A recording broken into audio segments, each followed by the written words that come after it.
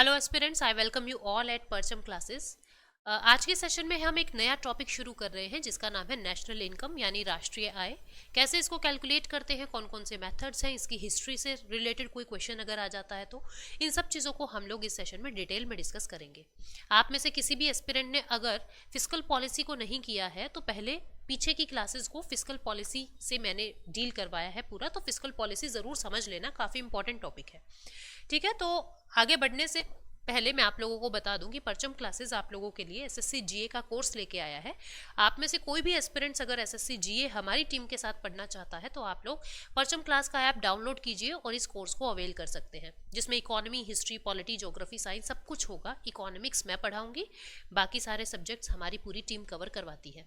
अगर आप सिर्फ इकोनॉमी पढ़ना चाहते हो तो सिर्फ इकोनॉमी का एक अलग से कोर्स है, एसएससी इकोनॉमी कोर्स के नाम से, आप लोग इसको भी अवेल कर सकते हैं। अगर आपको सिर्फ इकोनॉमी पढ़ना है बिल्कुल जीरो से हाई लेवल तक का, जिसके अंदर आपकी सारी एसएससी सीजीएल की, सारी सीडीएस की, असिस्टेंट कमांडेंट की, और अगर आप स्टेट पीसीएस की तैयारी कर रहे हैं उनके लिए ये वाला जो बैच है काफ़ी ज़्यादा यूजफुल रहेगा। अगर आप लोगों को 10% एक्स्ट्रा ऑफ चाहिए हमारे कोर्सेज पे तो यूज़ कोड पायल 10। ये जो कोड है वो इस कोर्स पे और एसएससी जीए के कोर्स पे दोनों पे अवेलेबल होगा। अब अपने टॉपिक को आगे बढ़ाते हैं कि नेशनल इनकम एक्चुअल में होता क्या है। ठीक है, किसको कहते हैं, किसने इसको कैलकुलेट किया, पहले किसने किया, फिर किसने किया, आज के दिन कौन करता है। तो शुरू करते हैं, लेट्स गेट स्टार्टेड।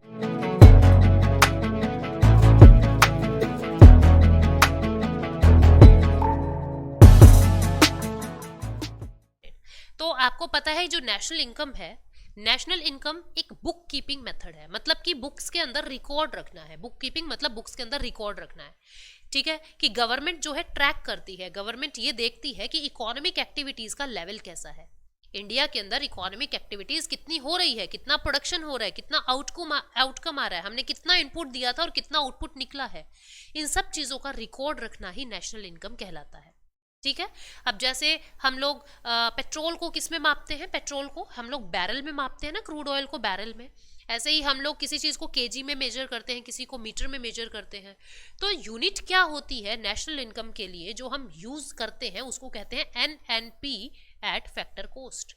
क्या कहा जाता है, एनएनपी फैक्टर कोस्ट को नेशनल इनकम कहा जाता है। आप लोग बहुत बार सुनते होंगे ना, जीडीपी बढ़ गया, जीडीपी घट गया। जीडीपी को नेशनल इनकम नहीं कहते। नेशनल इनकम किसको कहते हैं स्टूडेंट्स, नेशनल इनकम का मतलब होता है एनएनपी एट फैक्टर कोस्ट। पूरा नाम इसका क्या होता है, net national product at factor coast. बिल्कुल भी नहीं घबराना है, ये क्या है अभी बिल्कुल क्लियर हो जाएगा आपको। Net national product at factor cost. ठीक है, ये आपका नेशनल इनकम होता है, net national product at factor cost. तो NNP at factor cost national income जिसको कहते हैं। क्या होता है, क्या जीडीपी से कैसे अलग होता है, या जीडीपी क्या होता है, एक एक करके सब चीजों को समझते हैं। ठीक, तो अगर मैं इसकी हिस्ट्री की बात करूं, सबसे पहले नेशनल इनकम दादा भाई नौरोजी ने कैलकुलेट किया था। उनकी बुक थी, बुक का नाम था un British rule in India, un British rule in India. इस बुक में 1867 में इन्होंने सबसे पहले नेशनल इनकम कैलकुलेट की थी। इन्होंने जनरली वैसे ही कर दिया था, कोई फॉर्मूला वगैरह नहीं लगाया था, जस्ट टिप्स पे ऐसे ही बस बता दिया कि इतना नेशनल इनकम है, अंदाजा सा लगाया था एक। ठीक है, फिर साइंटिफिक मेथड से जैसे ही कुछ स्टैटिस्टिक्स वगैरह जो है बढ़ने लगा, इकोनॉमिक्स का ज्ञान दुनिया में बढ़ने लगा, तो सर वीके आरवी राव आए। सर वीके आरवी राव ये एक इकोनॉमिस्ट थे, इन्होंने साइंटिफिक मेथड का यूज किया। साइंटिफिक मेथड का मतलब क्या होता है, फॉर्मूलेज का यूज किया और फॉर्मूले से नेशनल इनकम कैलकुलेट की। 1931 में इन्होंने ये साइंटिफिक मेथड से नेशनल इनकम कैलकुलेट किया था।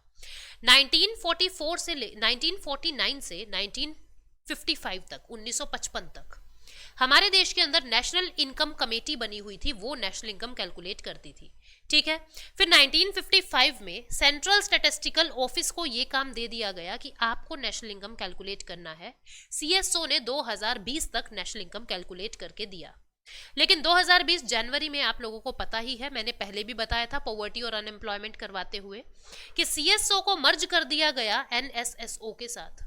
एनएसएसओ के साथ इसको मर्ज कर दिया गया और एक नया ही विभाग बना दिया गया एनएसओ। जैसे होता है ना विराट और अनुष्का, विरुष्का, ऐसे ही सीएसओ प्लस एनएसएसओ क्या बना दिया, एनएसओ, नेशनल स्टैटिस्टिकल ऑफिस, जो ministry of statistics and programme implementation के अंडर आता है।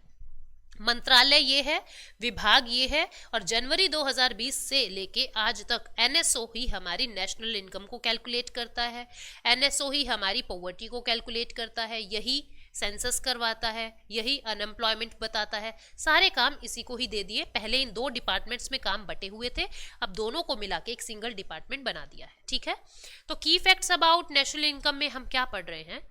नेशनल इनकम में ओनली फाइनल प्रोडक्ट्स की काउंटिंग होती है। क्या होते हैं फाइनल प्रोडक्ट्स, अभी समझते हैं। नेशनल इनकम में केवल फैक्टर इनकम को काउंट करते हैं। क्या होता है फैक्टर इनकम, अभी समझेंगे। नेशनल इनकम जीडीपी से डिफरेंट है, ये हमको पता ही है।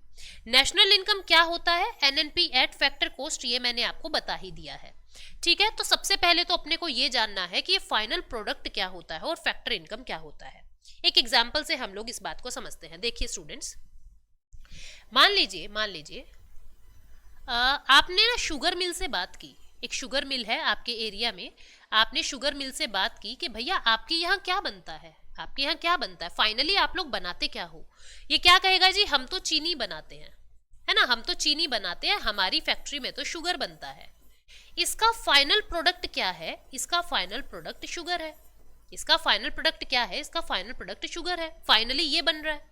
अब ये जो चीनी है ये आगे जाके बेकरी में जाती है। कहाँ जाती है, बेकरी में जाती है। वहां पे इससे केक बन रहा है, वहां से इससे बिस्किट्स बन रहे हैं, वहां से इस चीनी का यूज करके ब्रेड बन रहा है, बहुत सारी और चीज बन रही है। अब मैंने बेकरी वाले से पूछा, मैंने कहा भैया आपके यहाँ क्या बनता है फाइनली। उसने कहा जी हमारे यहाँ केक, ब्रेड, बिस्किट ये चीजें बनती है। मैंने कहा चीनी नहीं बनाते क्या आप? बोले नहीं तो, चीनी तो हम यूज करते हैं मैडम, केक बनाने में चीनी तो हम यूज करते हैं। यानी इसके लिए, बेकरी वाले के लिए यही चीनी क्या हो गई, इंटरमीडिएट प्रोडक्ट हो गई। क्या हो गई, यही चीनी इंटरमीडिएट प्रोडक्ट हो गई, एक मध्यस्थ उत्पाद हो गया, इंटरमीडिएट प्रोडक्ट हो गया।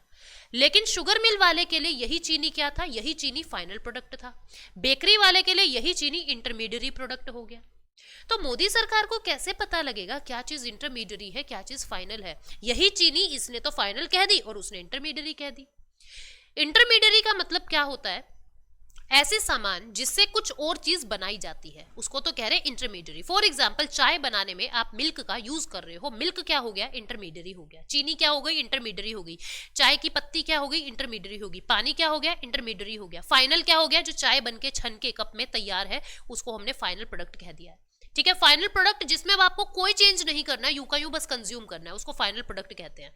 और इंटरमीडिएट जिसके अंदर आपको बहुत सारे बदलाव करने पड़े to get some another thing, कुछ और चीज को प्राप्त करने के लिए, कुछ और चीज बनाने के लिए आपको उस सामान में बहुत सारी चीजें और मिलानी पड़ी, उसको हम इंटरमीडिएट प्रोडक्ट कहते हैं। अब भारत सरकार क्या करती है इसको समझेंगे। मान लीजिए एक एग्जाम्पल से ही समझेंगे, सारी चीजें एग्जाम्पल से ही क्लियर होती हैं। अब मान लो देश के अंदर 20 या मैं कहूं 200 टायर बने। देश के अंदर 200 टायर का प्रोडक्शन हुआ, एक फैक्ट्री ने 200 टायर का प्रोडक्शन किया एक साल में। इस 200 टायर में से मान लीजिए 40 टायर जो हैं उससे 10 गाड़ियां बन गई। उन 40 टायर से 10 गाड़ियां बन गई और 160 टायर जो है वो यूं के यूं पड़े हुए हैं, वो टायर के रूप में ही है, वो यूं के यूं पड़े हुए हैं। अब आप लोग बन गए ऑफिसर, गवर्नमेंट ने आपको भेज दिया कि ऑफिसर जाके एक बार पता करो कि देश के अंदर फाइनल प्रोडक्ट कितना है। अब आप क्या करेंगे, आप पहले यहाँ गए, फिर देखा बाकी टायर भी बचे हुए हैं। अब आप लिस्ट में ऐसा नहीं कहेंगे कि 200 टायर बने, 10 गाड़ी बनी, इस तरीके से नहीं बताना है। आप क्या देखेंगे कि इन 200 टायरों का फाइनल रूप क्या है, एक साल के बाद इन 200 टायरों का फाइनल रूप क्या है। आपने देखा 40 टायर से 10 गाड़ी बनी है, मतलब इनका 40 टायरों का फाइनल प्रोडक्ट क्या है, 10 गाड़ी। और ये ज्यों के त्यों पड़े हुए हैं, ये खुद में ही फाइनल है, इसका कुछ भी रूप नहीं बदला। तो आप अपनी लिस्ट में क्या लिखोगे कि 10 गाड़ी बनी है और 160 टायर बने हैं। 10 गाड़ी बनी है और 160 जो है वो टायर बने हैं। ऐसे ही मान लीजिए किसी पेड़ से 20 लॉग्स कट के आते हैं। इन 20 लॉग्स में से 10 लॉग्स की बन गई 100 चेयर। 10 लॉग्स की क्या बन गई, 100 चेयर बन गई, 100 कुर्सियां बन गई, और 10 लोग जो हैं वो यूं के यूं पड़े हैं। अब आपको कहा कि फाइनल प्रोडक्ट की काउंटिंग करो, आप क्या कहोगे कि जी 100 चेयर और 10 लोग, 100 चेयर और 10 लोग जो है वो हमारे देश में फाइनल प्रोडक्शन हुआ है। फाइनल प्रोडक्शन क्या होता है, आई होप आप समझ गए कि अंतिम रूप उसका क्या है। ठीक है, तो केवल फाइनल प्रोडक्ट्स की काउंटिंग होगी जब भी नेशनल इनकम को कैलकुलेट करेंगे। ऐसा नहीं कहा जाएगा कि 200 टायर और 10 गाड़ी, नो, क्योंकि इस 10 गाड़ी में उसी 200 टायरों में से 40 टायर जो है वो यूज हुए हैं। ठीक है, तो डबल काउंटिंग से बचने के लिए हम लोग सिर्फ फाइनल प्रोडक्ट को गिनते हैं। अब अगला जो है टर्म आया, फैक्टर इनकम को ही गिनेंगे। What is difference between factor income and transfer income?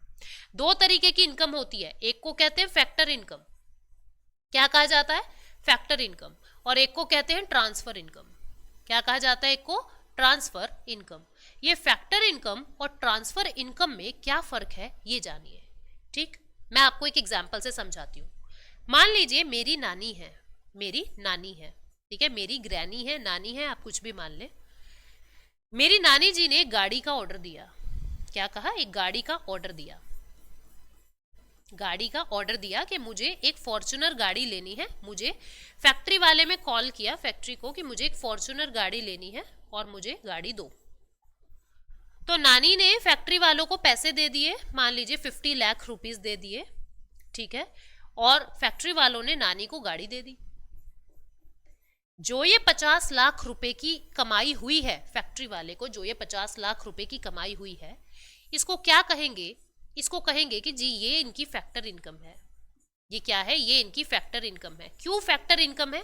क्योंकि इस 50 लाख की वजह से, इस 50 लाख की वजह से देश में कुछ ना कुछ प्रोडक्शन हुआ है, गुड्स एंड सर्विसेज का प्रोडक्शन हुआ है।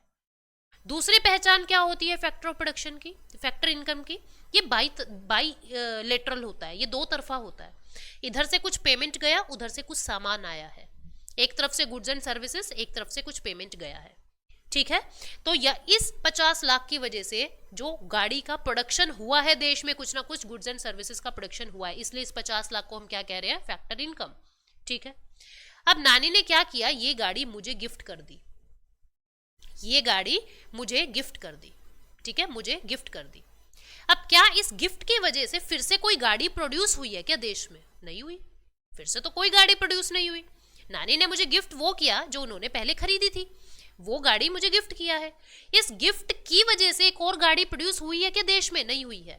यानी जो ये गिफ्ट है, इसको मैं कहूंगी ये ट्रांसफर इनकम है, क्योंकि इस ट्रांसफर इनकम की वजह से कुछ भी गुड्स या सर्विस प्रोड्यूस नहीं हुआ, इसकी वजह से कुछ भी गुड्स या सर्विस प्रोड्यूस नहीं हुआ। बात समझ आई? ट्रांसफर इनकम किसको कहते हैं? ये यूनिलेटरल होता है। यूनिलेटरल कि ए ने बी को कुछ दिया है, पैसा दिया है, ए ने बी को पैसा दिया है, पर बी ने ए को कुछ भी नहीं दिया। नानी ने मुझे गिफ्ट दिया है, मैंने नानी को कुछ नहीं दिया। ठीक है, तो ट्रांसफर इनकम के एग्जाम्पल क्या क्या होंगे स्टूडेंट्स? ट्रांसफर इनकम के एग्जाम्पल जैसे पेंशन, पेंशन, सरकार आपको पेंशन दे रही है, आप सरकार को कुछ नहीं दे रहे। सरकार ने आपको बेरोजगारी भत्ता यानी अनएम्प्लॉयमेंट अलाउंस दिया है, अनएम्प्लॉयमेंट अलाउंस दिया है सरकार ने आपको, पर आपने गवर्नमेंट को कुछ नहीं दिया, कुछ भी प्रोड्यूस करके नहीं दिया है। समझ गए? गिफ्ट मिल रहा है आपको कहीं से, वो ट्रांसफर इनकम है। कहीं से आपको डोनेशन मिल रहा है, वो ट्रांसफर इनकम है। बात समझ आई? कहीं से आपको विंडफॉल गेन हो रहा है, लॉटरी से पैसा लग रहा है आपका, कि आप कहीं जुए में जीत गए हैं, ये जो विंडफॉल गेन कहलाता है, ये सब आपकी ट्रांसफर इनकम है। इन सबको नेशनल इनकम में काउंट नहीं करते हैं, इनको नेशनल इनकम में काउंट नहीं करते हैं। केवल वही कमाई नेशनल इनकम में काउंट होगी जिसकी वजह से गुड्स या सर्विसेज प्रोड्यूस होगी, जिसकी वजह से गुड्स या सर्विसेज प्रोड्यूस होगी, जिसको हम क्या कहते हैं, फैक्टर इनकम कहते हैं। आई होप आपको ये एग्जाम्पल जो है वो समझ आ गया है। तो हमने क्या देखा? हमने देखा कि सिर्फ फाइनल प्रोडक्ट्स की गिनती होगी, सिर्फ फैक्टर इनकम ही इंक्लूड होंगे, ट्रांसफर इनकम इंक्लूड नहीं होंगे, और एनएनपी एट फैक्टर कॉस्ट को नेशनल इनकम कहते हैं। ठीक है, अभी अपने को नहीं पता कि एनएनपी एट फैक्टर कॉस्ट क्या होता है। बिल्कुल दिमाग पे स्ट्रेस नहीं लेना कि क्या होता है, हमें तो समझ नहीं आया, अभी मैं समझाऊंगी। अभी बस ऐसा समझो कि पायल कौन है? जो इकोनॉमिक्स पढ़ाती है, जो जीएस पढ़ाती है, वो पायल है। आपको नहीं पता मैं कौन हूं, क्या हूं, नहीं हूं। ऐसे ही नेशनल इनकम क्या है? एनएनपी एट फैक्टर कॉस्ट, बस इतना जानना है। ठीक है, अभी आगे समझेंगे एक एक करके सारी चीजें। अभी जीडीपी और एनएनपी में फर्क क्या है? ठीक है, क्या होता है जीडीपी और क्या होता है एनएनपी, एक एक करके सब समझते हैं।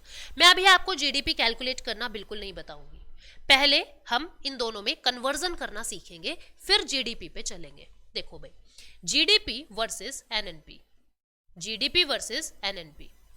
जीडीपी का पूरा नाम क्या है students? Gross domestic product, gross domestic product. और एनएनपी का पूरा नाम क्या बताया मैंने आपको? एनएनपी का पूरा नाम बताया net national product, net national product, gross domestic product and net national product. ठीक है, दो शब्द है। अब यहां पे आपको क्या दिख रहा है? सिर्फ प्रोडक्ट सेम है। ग्रॉस नेट, यहां डोमेस्टिक है तो यहां नेशनल है। किसको ग्रॉस कहते हैं, किसको नेट कहते हैं, किसको डोमेस्टिक, किसको नेशनल, एक एक करके ये बातें समझते हैं। सबसे पहले मुझे समझना है ग्रॉस का और नेट का क्या डिफरेंस है। ग्रॉस का और नेट का क्या डिफरेंस है, सबसे पहले ये समझते हैं। ठीक है, समझना, ध्यान से समझोगे। आपने ना कोई गाड़ी ली या आपने कोई मोबाइल लिया, आपने कोई मोबाइल लिया, ठीक है, मोबाइल लिया आपने, मान लीजिए 40,000 का आपने कोई मोबाइल लिया। आपके दोस्तों ने कहा यार ये तू क्या डब्बा ले आया, बेकार सा मोबाइल है ये यार, बेचना, ये अच्छा नहीं है यार, तू अच्छे वाला मॉडल लेता, इतने अच्छे अच्छे मॉडल आए हुए 40,000 में, तो तू कितना ही बढ़िया फोन ले ले। तो आपके भी ऐसे मन से उतर गया वो फोन, यार मुझे नहीं चाहिए फोन, गंदा सा फोन है। ठीक है, अब आपने क्या किया, इसको OLX पे डाल दिया, आपने इसको बेचना निकाल दिया।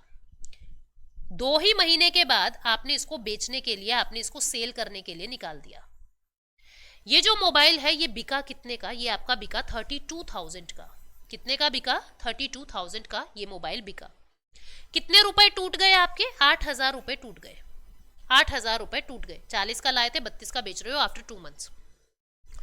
जितने का ये बिल्कुल नया, बिल्कुल ब्रांड न्यू मोबाइल था, कितने का था? 40,000 का। इसको हम क्या कहेंगे? ये इसकी ग्रॉस वैल्यू है, ये इसकी ग्रॉस वैल्यू है। लेकिन जितने का ये आज के दिन है, कितने का? 32,000 का, ये क्या है? ये इसकी नेट वैल्यू है। जो 8,000 रुपए हैं जो टूट गए हैं, इसको हम क्या कहेंगे? ये डेप्रिसिएशन लग गया है, मूल्यह्रास, इसके मूल्य में कमी आ गई है, समय के हिसाब से, टाइम के हिसाब से डेप्रिशिएट हो गया है, डेप्रिसिएशन। तो हम 40,000 से 32,000 पे कैसे पहुंचे? 8,000 माइनस करके, 8,000 माइनस करके। 40,000 से 32,000 पे कैसे पहुंचे? 8,000 माइनस करके। ठीक है, यानी मैंने ग्रॉस सैलरी से, मैं ग्रॉस वैल्यू से नेट वैल्यू पे कैसे आई? मैं ग्रॉस वैल्यू से नेट वैल्यू पे कैसे आई? 8,000 माइनस करके। 8,000 क्या है? डेप्रिसिएशन है। यानी मैं ग्रॉस से नेट पे कैसे आई? डेप्रिसिएशन माइनस करके। क्लियर? ठीक है, ग्रॉस हमेशा ज्यादा होगा, नेट हमेशा कम होगा। आप लोग जब नौकरी लग जाएंगे तो क्या कहेंगे? ग्रॉस सैलरी तो मैम हमारी ना 70,000 है, लेकिन इन हैंड ना 60 आता है, 10,000 PF में कट जाता है, प्रोविडेंट फंड। ठीक है, ग्रॉस सैलरी तो 70 है, लेकिन नेट जो है मेरे हाथ में, नेट 60,000 रुपए ही आते हैं, 10,000 PF में कट गए। ऐसे ही ग्रॉस वैल्यू तो इस मोबाइल की 40 थी, लेकिन 8,000 रुपए डेप्रिसिएशन लग के नेट वैल्यू 32,000 रह गई है। ठीक है, अब मुझे इस 32,000 से फिर से 40 पे जाना हो तो, नेट वैल्यू से फिर से हमें ग्रॉस पे जाना हो तो हम डेप्रिसिएशन को प्लस कर देंगे। क्या कर देंगे? डेप्रिसिएशन को प्लस कर देंगे। बिल्कुल आराम से करेंगे, कोई जल्दबाजी नहीं है, एक वीडियो फालतू बन जाएगी, कोई दिक्कत नहीं है, हमें ये कन्वर्जन सीखना है। ठीक है, तो ये ग्रॉस से नेट जाना हो तो माइनस डेप्रिसिएशन, नेट से ग्रॉस जाना हो तो प्लस डेप्रिसिएशन। नहीं आया किसी को समझ तो वीडियो को रिवाइंड कीजिए और फिर से समझने की कोशिश कीजिए। ठीक है, अब इस पे क्वेश्चन कैसे बन जाएंगे उसको देखो, क्वेश्चन कैसे बन जाएंगे इस पे, इसको समझते हैं।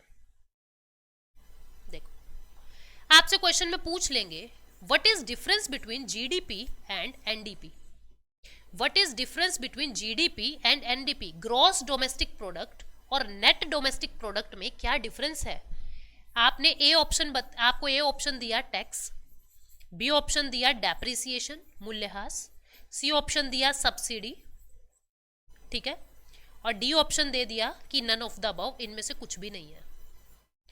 अब आपने देखा, आपको कैसे देखना है? DPDP सेम है, डोमेस्टिक प्रोडक्ट सेम है, सिर्फ एक ही अल्फाबेट अलग है, ग्रॉस और नेट। एक ही अल्फाबेट अलग है, ग्रॉस और नेट। ठीक है, ग्रॉस और नेट में किस चीज का डिफरेंस है? डेप्रिसिएशन का। आंसर क्या आ जाएगा? डेप्रिसिएशन। क्लियर? आसान है। एक और तरीके से आपसे क्वेश्चन पूछ सकते हैं, कैसे? उसको देखते हैं। एक और क्वेश्चन का तरीका क्या हो सकता है स्टूडेंट्स, देखना। एक और क्वेश्चन का तरीका ये हो सकता है, आपसे पूछ लिया व्हाट इज NDP, आपसे पूछ लिया what is NDP, net domestic product क्या है?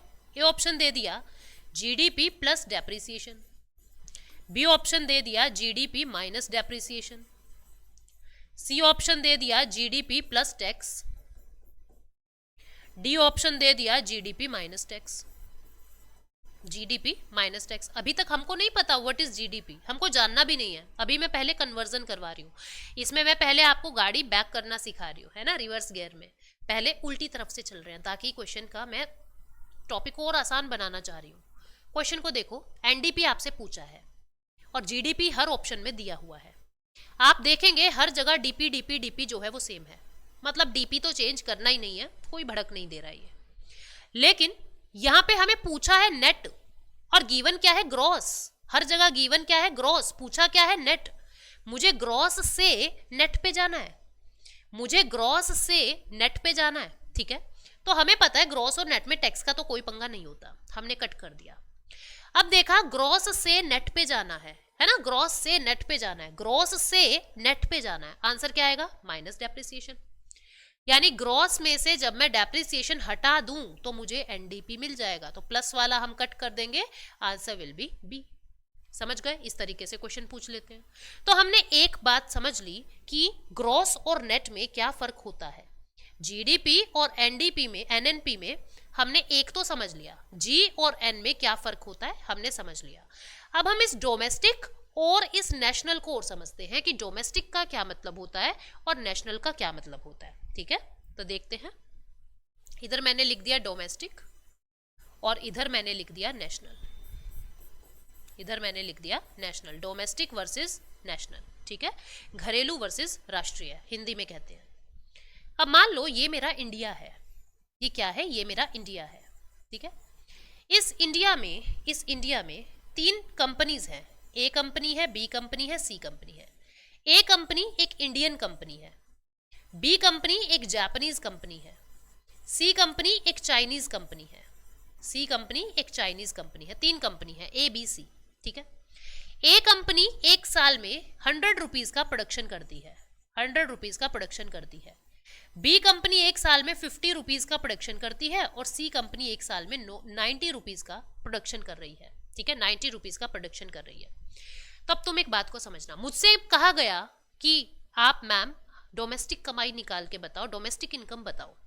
मैंने सोचा डोमेस्टिक मतलब मेरा घर, डोमेस्टिक का मतलब तो घर होता है, और मेरा घर क्या है, मेरा भारत। मेरा घर क्या है, मेरा इंडिया, इंडिया में रह रही हूँ। तो अब अगर इंडिया की डोमेस्टिक इनकम पता करनी है तो इंडिया के अंदर चाहे किसी भी देश की कंपनी लगी हो, हम उन सबको ऐड कर देंगे। कितना आंसर आ जाएगा, ये आ जाएगा 240 रुपीज जो है वो आंसर आ जाएगा। कितना, 240 रुपीज जो है वो हमारी डोमेस्टिक कमाई आ गई, हमारा डोमेस्टिक प्रोडक्शन आ गया कि हमने 240 रुपए का डोमेस्टिक प्रोडक्शन किया है, 240 रुपए का हमने डोमेस्टिक प्रोडक्शन किया है, ठीक है, क्लियर हो गया। अच्छा जी, 240 रुपए का डोमेस्टिक प्रोडक्शन किया है। अब इसके बाद अब मुझे यूं कहा गया कि इस देश में ना, इस दुनिया में हम एक और देश ऐड कर रहे हैं। मैंने कहा अच्छा कौन सा देश ऐड कर रहे हो? उन्होंने कहा जी हम ना यूएस और ऐड कर रहे हैं। मैंने कहा कर दो, कोई बात नहीं। उन्होंने कहा कि यूएस में ना 2 कंपनियां हैं, एक का नाम है डी, एक का नाम है ई। डी जो है एक यूएस की कंपनी है, ई जो है एक इंडियन कंपनी है। ये यूएस की कंपनी जो है वो 400 रुपए का प्रोडक्शन करती है। मैं डॉलर वॉलर में कंफ्यूज नहीं कर रही हूँ, ऐसा मत समझना मैडम को तो पता ही नहीं यूएस की करेंसी क्या है ना। तो 400 रुपए का प्रोडक्शन कर रही है, और इंडिया जो है, इंडिया की जो कंपनी है वहां वो 100 रुपए का प्रोडक्शन कर रही है, यूएस के अंदर 100 रुपए का प्रोडक्शन कर रही है। अब मुझे ना ये सवारा केस समझा दिया, ठीक है, कि इस दुनिया में 2 ही देश हैं, इंडिया और अमेरिका है, और इस तरीके से कंपनीज प्रोडक्शन कर रही है। आपकी डोमेस्टिक प्रोडक्शन जो है 240 रुपए है। अब आपको डोमेस्टिक कमाई का यूज करके, डोमेस्टिक प्रोडक्शन का यूज करके आपको नेशनल पे जाना है, आपको नेशनल प्रोडक्शन निकालना है। मैंने कहा अच्छा जी निकाल देंगे। नेशनल मतलब मेरे राष्ट्र का, मेरे भारत का, भारतीयों का, है ना। तो हमने क्या किया, 240 में से मैं सिर्फ इंडिया का पैसा जोड़ूंगी, सिर्फ इंडिया का प्रोडक्शन जोड़ूंगी। मैं क्या करूंगी, सिर्फ इंडिया का। मैंने देखा इंडिया इंडिया, भाई ये डोमेस्टिक में 240 था, मैंने एक तो इंडिया का जोड़ दिया, यूएस के अंदर जो इंडियन कंपनी था उसका पैसा मैंने जोड़ दिया, मैंने 100 रुपीज ये वो जोड़ दिए जो यूएस से आए हैं, भारतीयों के हैं, यूएस से आए हैं। यानी मैंने क्या किया, इनकम फ्रॉम अब्रॉड मैंने प्लस कर दिया, इनकम फ्रॉम अब्रॉड मैंने प्लस कर दिया। बिल्कुल पेशेंस से, बिल्कुल ध्यान से समझोगे, इनकम फ्रॉम अब्रॉड मैंने प्लस कर दिया, ठीक है, 100 रुपए मैंने प्लस कर दिए। अब मैंने देखा इस 240 रुपए में ये 50 रुपए जापान के हैं, 90 रुपए चाइना के हैं, इनको भी वापस भेज देते हैं क्योंकि हमें सिर्फ इंडिया का चाहिए। मैंने इसमें से माइनस कर दिए 50 रुपए और 90 रुपए। 50 रुपए किसके थे? जापान के थे, और 90 रुपए थे चाइना के। मतलब मैंने क्या कर दिया? माइनस क्या कर दिया? इनकम टू अब्रॉड मैंने माइनस कर दिया। जो पैसा विदेशों का है, अब्रॉड में जाना है, मैंने इनकम टू अब्रॉड जो है वो माइनस कर दिया। इनकम फ्रॉम अब्रॉड मैंने प्लस कर दिया, और इनकम टू अब्रॉड मैंने माइनस कर दिया। आंसर क्या आ गया? ये आंसर आ गया 240 प्लस 100 कितना हो गया? 240 और 100 यानी 200 रुपए जो है यहाँ पे आंसर आ जाएगा। ठीक है, 200 रुपए जो है यहाँ पे आंसर आ जाएगा। क्लियर हुई बात? 200 रुपए ये मेरी नेशनल कमाई हो गई, नेशनल प्रोडक्शन हो गया, और 240 रुपए का मेरा डोमेस्टिक प्रोडक्शन था। मैंने कैसे निकाला? अब समझेंगे इस बात को। मैंने कैसे निकाला? अगर मुझे डोमेस्टिक दिया हुआ था, मैं नेशनल पे कैसे गई?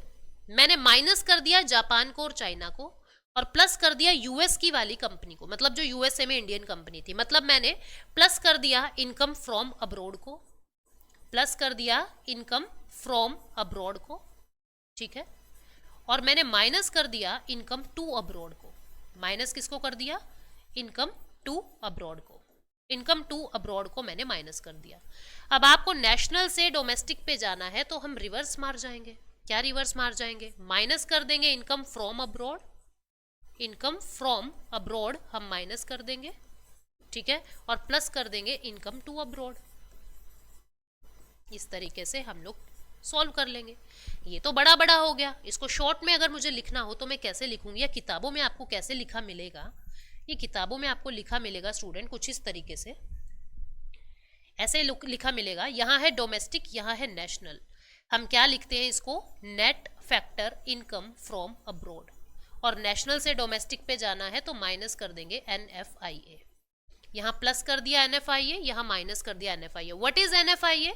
यही प्लस और माइनस जो मैंने किया है ना, इसको ही मैंने net factor income from abroad कर दिया।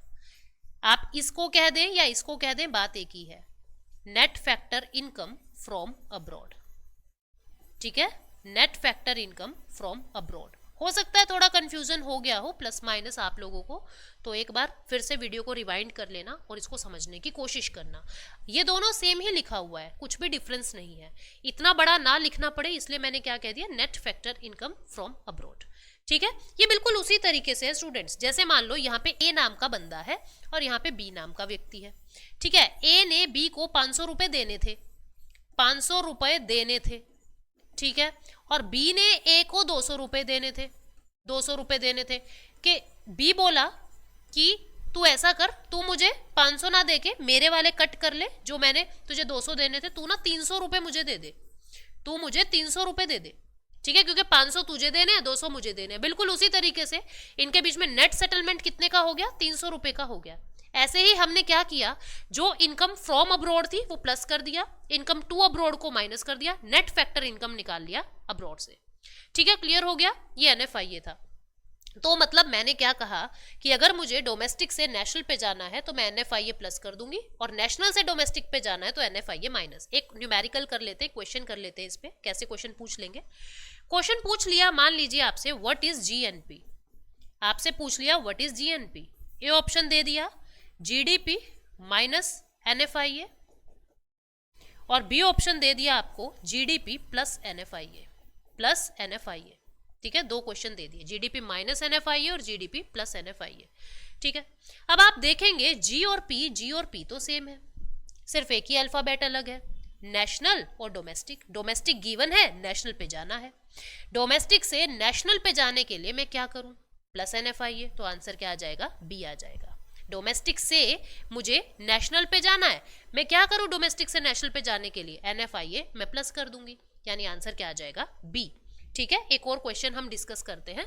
अगर आपसे पूछ लिया what is NNP, A option दे दिया आपको GDP minus depreciation plus NFIA। ठीक है, B option GDP minus depreciation minus NFIA। C option दे दिया GDP plus depreciation minus NFIA, और डी ऑप्शन दे दिया आपको GDP plus depreciation plus NFIA। मान लीजिए ये सब चीजें आपको दे दी।